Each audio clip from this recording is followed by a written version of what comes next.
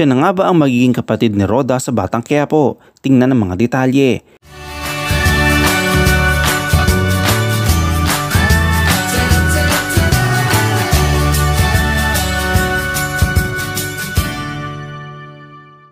Isang napakagandang sorpresa ang nakuha ni OG Diaz, isang kilalang talent manager, host at content creator noong nakaraang ABS-CBN Ball 2023. Siya ay biglang kinumusta ni Coco Martin na ang sabi ay kapatid ka ni Roda. Ang karakter na Roda sa FPJ's Batang Quiapo ay ginagampanan ni Direk Joel Lamangan. Siya isang sobrang matapobre at ganid sa pera, at ito rin ang naging dahilan kung bakit nakulong si Tanggol kasama ang mga kaibigan.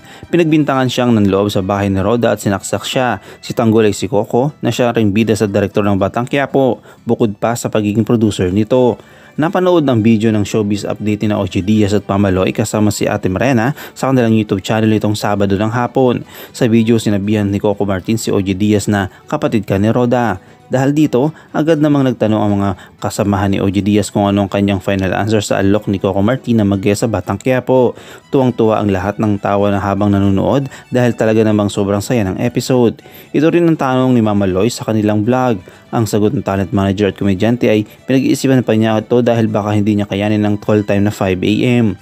Tinawagan ni OG Diaz pagkatapos na i-chat at agad niyang sinabing, "Saan parte ang pinapanood mo?" Mukhang gusto niya makasiguro na totoong nanonood kami ng showbiz update dahil sabi niya, "Di pa ako tapos manood." Tinanong ng press OG Diaz kung anong desisyon niya sa Batang Quiapo. Sabi ni OG Diaz, "Hindi naman ako inalok." Sabi niya kay OG ng press people, yung sinabihan ka ni Coco na kapatid ka ni Roda ay alok na yun. Si Coco kasi ganyan na kinakasawal niya pero ayun na yun. Anila pa, sabi nga ni Ma'am Charo, wag ko raw tatanggihan umuo ako pagkadiin sabi sa akin.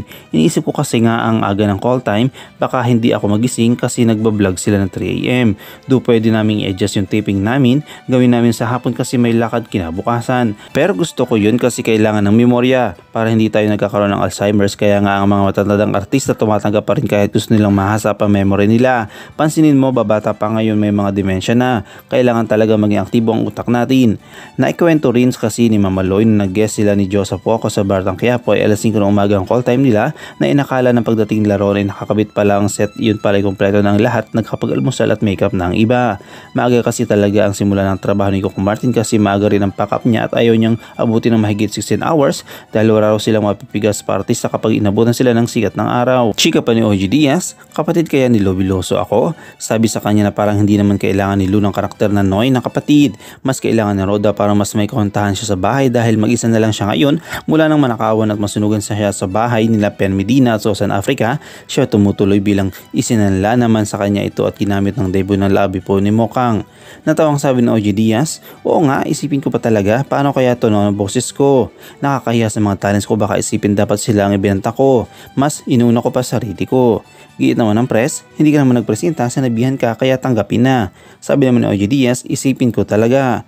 Sabi naman yung iba ay gustong mapalawit sa FPJ's Batang Quiapo dahil para sa kanila, kapag nanood sila ng #1 primetime series ng Kapamilya Network at base na rin sa result ng AGB Nielsen, ay kompleto ng karyeras nila sa industriya. Ano yung komento kaugnay dito? Shoutout tayo kina Helen A. Araba, kay Francis Gumapa at kay Mary Rose Banning. I-comment mo lang ang inyong opinion sa comment section at huwag kalimutang i-like, i-follow, i-subscribe ang bcgram.net para sa mga latest happenings.